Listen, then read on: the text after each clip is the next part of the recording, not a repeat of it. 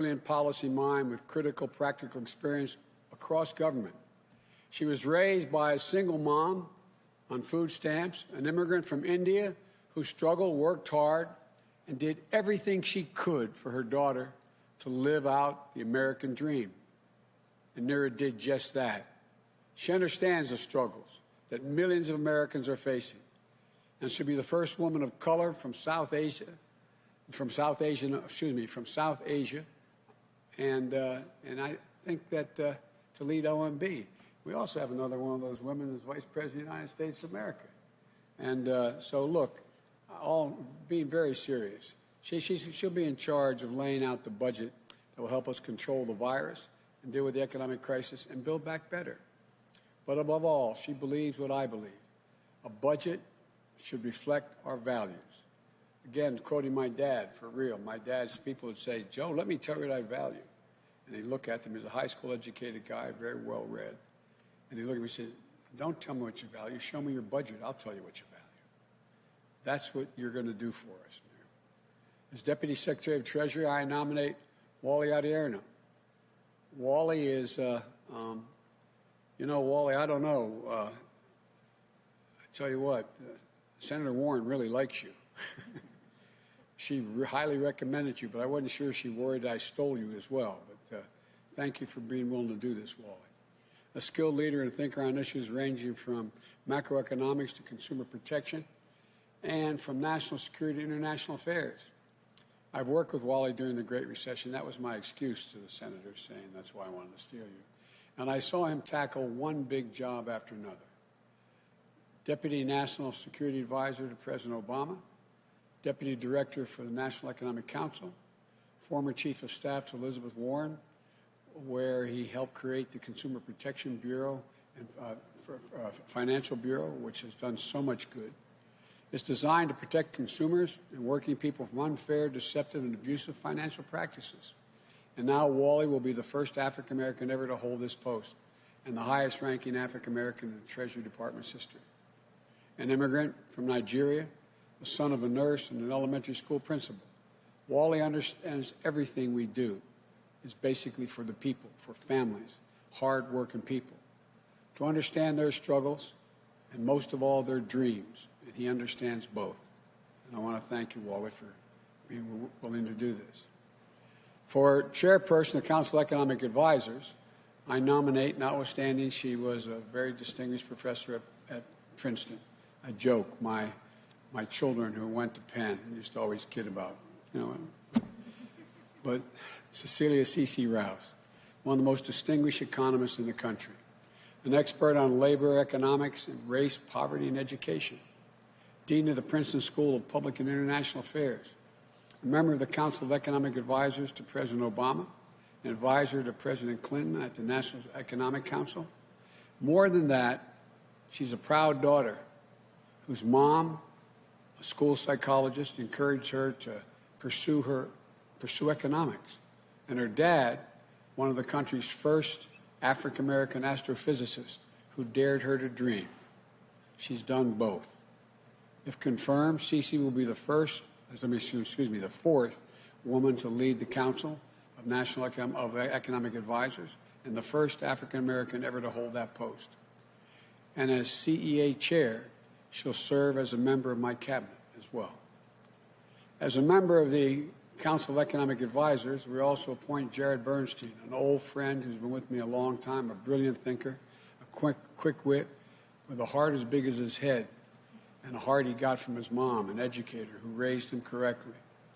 A social worker turned economist, Jared is one of my closest economic advisors and friend. He served as my chief economist during the vice presidency.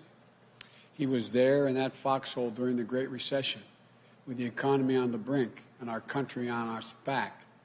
I couldn't think of anyone else who I'd want to be at my side to face the challenges ahead. Jared will be one of the leading voices of my administration on economic policy. I can always count on him to deliver straight from the shoulder, as his hero FDR used to say, straight from the shoulder. The one thing I can assure you is working people will always have a voice with Jared in this council. As a member of the Council of Economic Advisors, I appoint Heather Bousset. Heather thank you for all the help you had in the transition team and getting me here. She's one of the foremost economists working to make sure we build an economy that works for all Americans.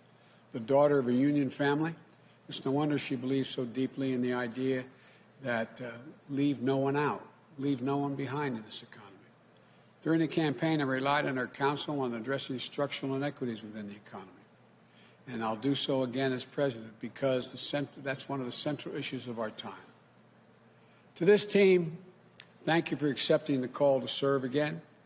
To your families and thank them for their sacrifices because it's real sacrifice. We could not do this without you. And to the American people, this team will always be there for you and your families. This is family-oriented team. We got to make sure ordinary people get a chance to do well because when given a chance, they've never, ever, ever, ever let the country down. 11 years ago, President Obama and I entered office during the Great Recession and implemented the Recovery Act that saved us from a Great Depression. I didn't see the map of America at the time, nor did he, in terms of blue states and red states. We only saw the United States of America. We worked with everyone, for everyone, and we recovered and rebuilt together as one nation.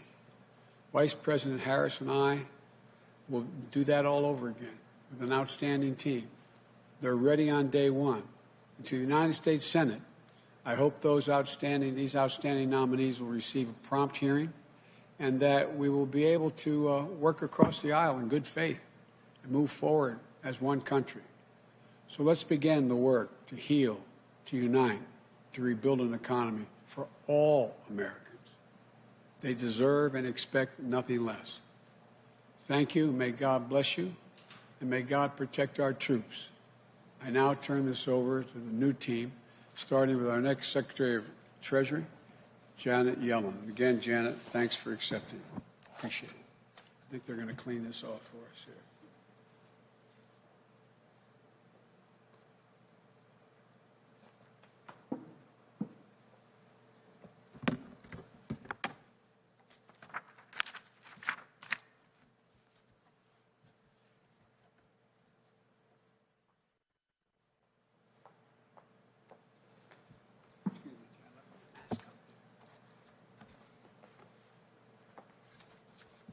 No, I put it in my book.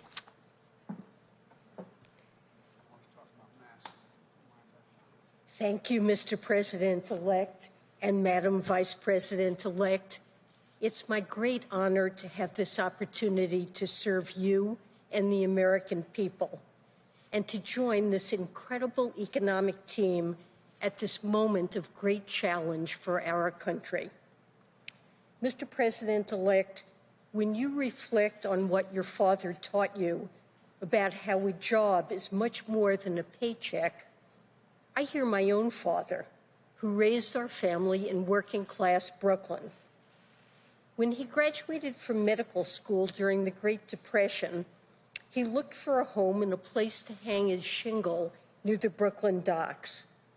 Back then, Bush Terminal on the upper New York Bay was a thriving hub for manufacturing and transportation, and for the union workers whose livelihoods depended on them. Knowing they didn't have cars, my father found a home near a bus line. He started his family practice in the basement while we lived on the floors above. At the end of the day, he would talk to me, my brother, and my mom about what work meant to his patients, our friends and neighbors, especially if they lost a job, the financial problems, the family problems, the health problems, the loss of dignity and self-worth. The value of work always stuck with me, so much so that I became an economist because I was concerned about the toll of unemployment on people, families, and communities. And I've spent my career trying to make sure people can work and achieve the dignity and self-worth that comes with it. Mr. President-elect, I know you've done the same. I saw that understanding during the last Great Recession and the Recovery Act that followed. And now we're facing historic crises again. The pandemic and economic fallout that together have caused so much damage for so many and have had a disproportionate impact on the most vulnerable among us. Lost lives, lost jobs, small businesses struggling to stay alive or closed for good. So many people struggling to put food on the table and pay bills and rent. It's an American tragedy, and it's essential that we move with urgency. Inaction will produce a self-reinforcing downturn, causing yet more devastation.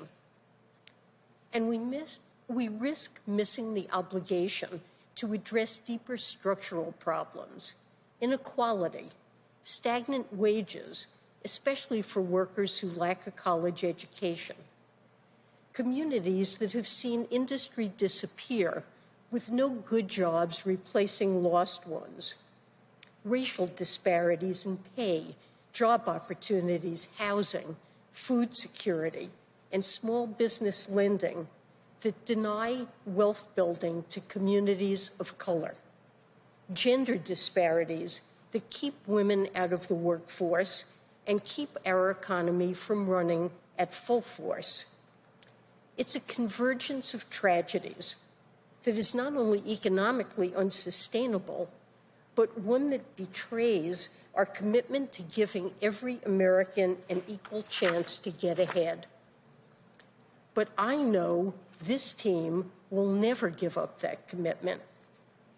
As you've said before, Mr. President-elect, out of our collective pain as a nation, we will find collective purpose to control the pandemic and build our economy back better than before, to rebuild our infrastructure and create better jobs, to invest in our workforce, to advance racial equity and make sure the economic recovery includes everyone, to address the climate crisis with American ingenuity and American jobs, working together with the outstanding national security and foreign policy team you announced last week to help restore America's global leadership.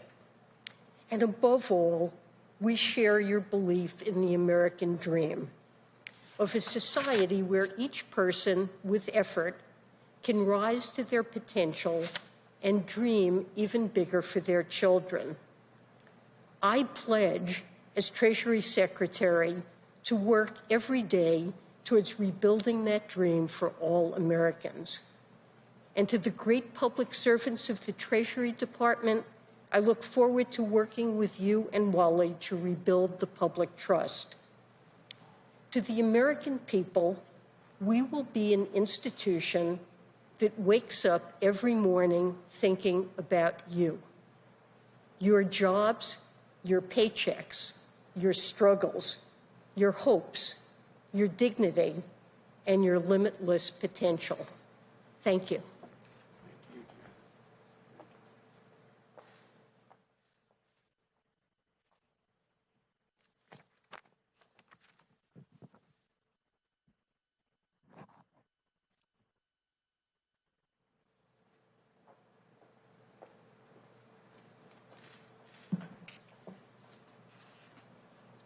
Mr. President-elect, Madam Vice President-elect, I'm humbled and honored by the trust you've placed in me to work with this talented team on behalf of the American people. I'm especially proud to work alongside leaders who understand that budgets are not abstractions. They are a reflection of our values. They touch our lives in profound ways, and sometimes they make all the difference. Like the Vice President-elect's mother, Shamala, my mother, Maya, was born in India. Like so many millions across every generation, she came to America to pursue a better life. I was raised in a suburb of Boston, a middle-class kid. But when I was 5, my parents got divorced, and my mom was left on her own with 2 young children and without a job. She faced a choice: return to India, where at a time divorce was stigmatized and the opportunities for her and her children would be limited, or keep fighting for her American dream. She stayed, and America came through for her when times were tough. We relied on food stamps to eat. We relied on Section 8 housing vouchers to pay the rent. We relied on the social safety net to get back on our feet. This country gave her a fair shot to reach the middle class, and she made it work. She got a job as a travel agent, and before long, she was able to buy us our own home in Bedford, Massachusetts, and eventually see her children off to college and beyond. I'm here today thanks to my mother's grit, but also thanks to a country that had faith in us, that invested in her humanity and in our dreams. I'm here today because of social programs, because of budgetary choices, because of a government that saw my mother's dignity and gave her a chance. Now it is my profound honor to help shape those budgets and programs to keep lifting Americans up, to pull families back from the brink, to give everybody the fair chance my mom got, and that every single person deserves. That's the America Maya and Shyamala were drawn to, the America the President-elect and Vice President-elect are ready to grow. I believe so strongly that our government is meant to serve all the American people, Republicans, Democrats, and independents alike, all of whom deserve to know their government has their back. I look forward to working together alongside the dedicated career professionals of the OMB to expand possibilities for every American family. And I want to thank my own wonderful family, my husband, Ben, without whose love and support I would simply not be here, and our children, Alina and Jaden. Thank you all for this profound opportunity to serve.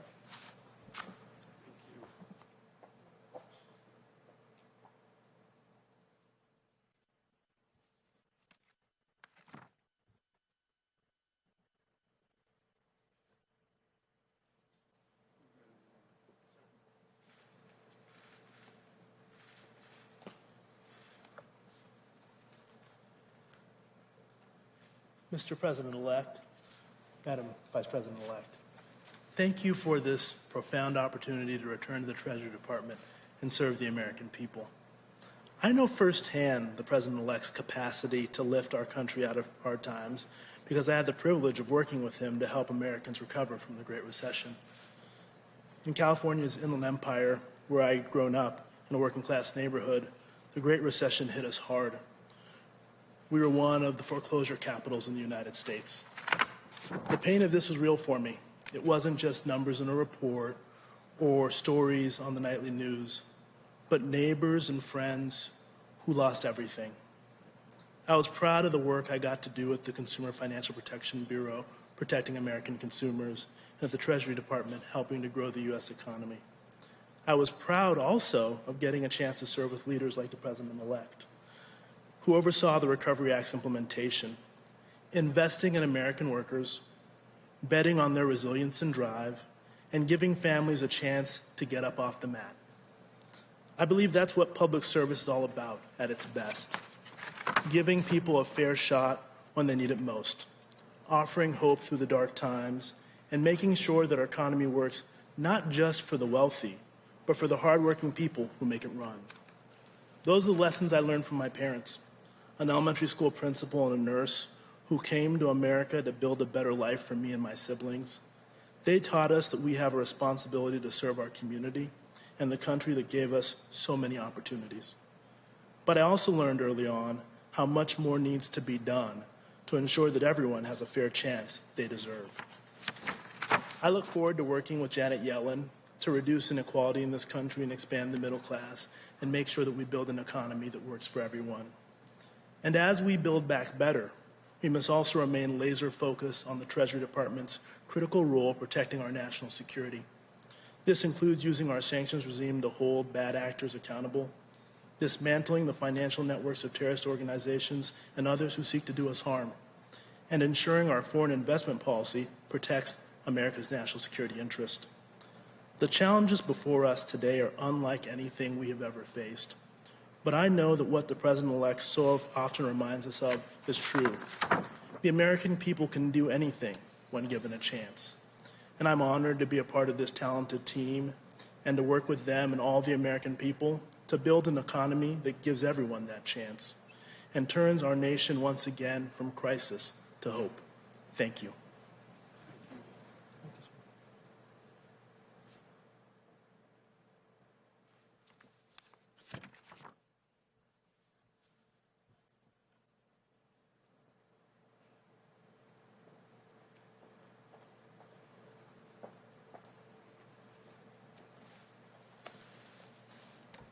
Good afternoon, Mr. President-elect, Madam Vice President-elect. Thank you for this extraordinary opportunity to join this team. I'm humbled and honored and ready to get to work for the American people. To be perfectly honest, until recently, I did not anticipate I would return to public service. As every academic knows, when you've laid down roots at a school you love, with incredible students and colleagues you've grown with, it isn't easy to take a leave. It requires a rare combination of urgency and opportunity to pull you away. But that rare combination is precisely what our nation is facing right now. My path as an economist began in my first year of college. My mother, the school psychologist, encouraged me to take a course in economics. And it happened to coincide with what at the time was one of the worst spikes in unemployment since the Great Depression. It was impossible for me to separate what we were learning in the classroom from what I know was going on in towns across the country. And so I found myself drawn to the study of the labor market in all of its dimensions. The reasons that jobs disappear, the impact of education on people's job prospects, and the ways we can tear down barriers to job growth and make it easier for people to find long-lasting economic security. Today, nearly 40 years later, we are once again living through one of the worst job crises since the Great Depression. Millions of families have had their lives turned upside down. The safety net has frayed, leaving vulnerable Americans to slip through into hardship and hopelessness. And importantly, structural inequities that have always existed in our economy are being exacerbated like never before. This is a moment of urgency and opportunity, unlike any we've faced in modern times. The urgency of ending a devastating crisis and the opportunity to build a better economy in its wake. An economy that works for everyone, brings fulfilling job opportunities, and leaves no one to fall through the cracks. I look forward to working with the President-elect and Vice President-elect and this amazing entire economic team to address that urgency and seize that opportunity and make our economic system work better for every American. Thank you.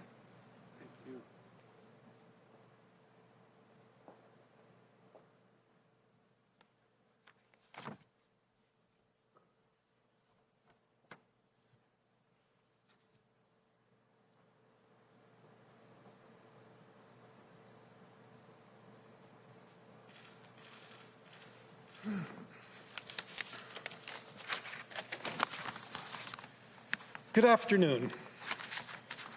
I'm hard-pressed to find the words to express my gratitude to the President-elect and Vice President-elect for the chance to be here today.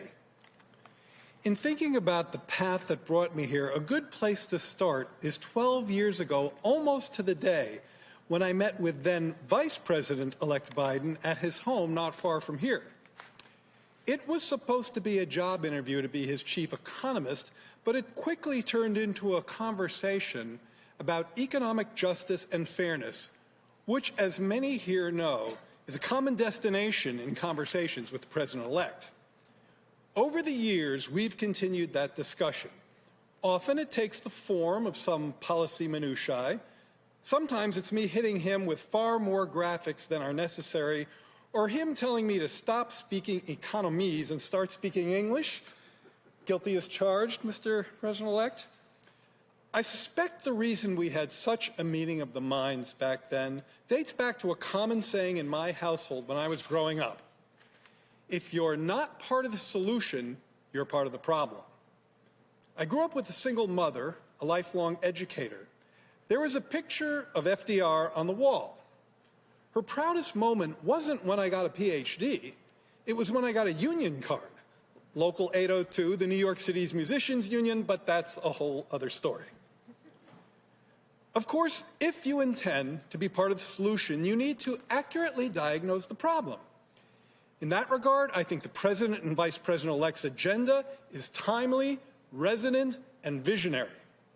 Yes, they've stressed the urgent need to control the virus and provide the relief needed to help families and businesses get to the other side of this crisis. But they've been just as adamant that simply getting back to where we were sets the bar too low.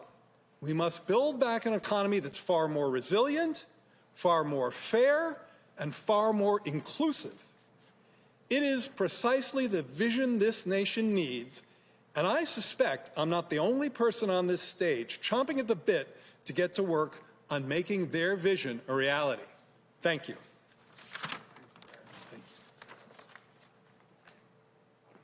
Oh, yeah.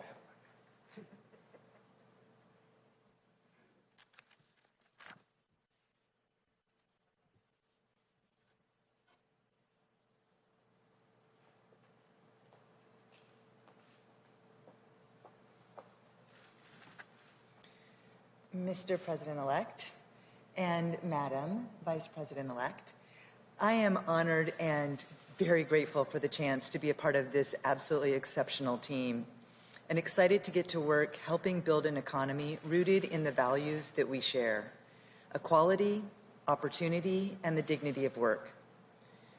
It's no accident that I've focused my career on instilling those values in our economy, developing policies that help our nation grow stronger by growing more equitably. Like the President-elect and the Vice President-elect, those values were instilled in me at a young age. In the late 1970s, my dad got a job at Boeing. And if you grew up in Seattle like I did, you know what that means. A lot more than a paycheck, as Janet referenced, and as the President so often reminds us. And for our family, my dad's job at Boeing meant security. It meant union benefits, a place in the neighborhood, a place in the middle class. But when the recession hit in the early 1980s, one by one, the pink slips arrived for every family in our cul-de-sac. Every kid at my bus stop had a parent who was laid off. Our entire community saw its future dimmed, and one by one, it was my turn. So the first time I truly experienced this thing called the economy, it was my parents sitting down and explaining that things were going to be tougher for a while because my dad was on layoff. Too many kids in America experience the economy through those kinds of difficult conversations, or far worse. I was struck by the profound power this mysterious force held over my life, my friends, and my community. And I wondered if that power couldn't also be wielded to create happier conversations and fuller lives. I've dedicated my career to figuring out how we can grow and sustain the middle class and uproot the gender barriers and racial barriers that leave too many Americans outside the dream looking in. Through the organization I co-founded, I've pursued solutions to reverse the dangerous march of inequality and bring us back to the core value of broadly shared success.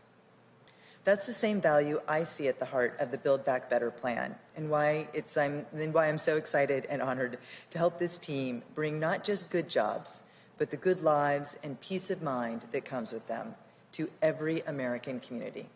Thank you.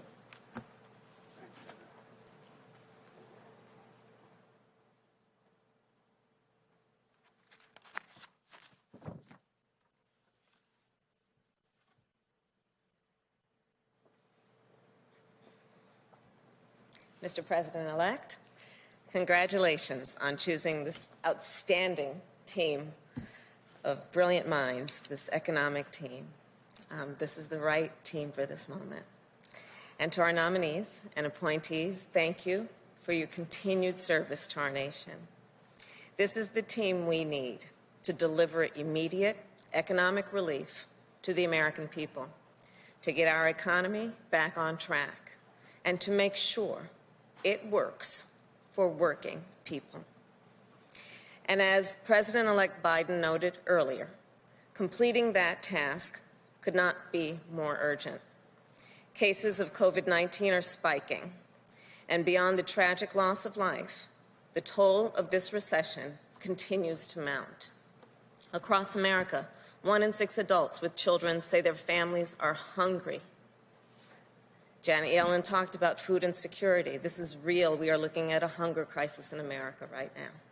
1 in 3 adults are having trouble paying their bills, essential bills, the bills that need to be paid at the end of every month to get to the next month. And the number of open small businesses has fallen by nearly 30% due to this pandemic, while many others are hoping they can stay afloat until a vaccine is available. These are the struggles, the worries that keep people up in the middle of the night, that have them sitting at their kitchen table past midnight, trying to figure out how they're going to make it work.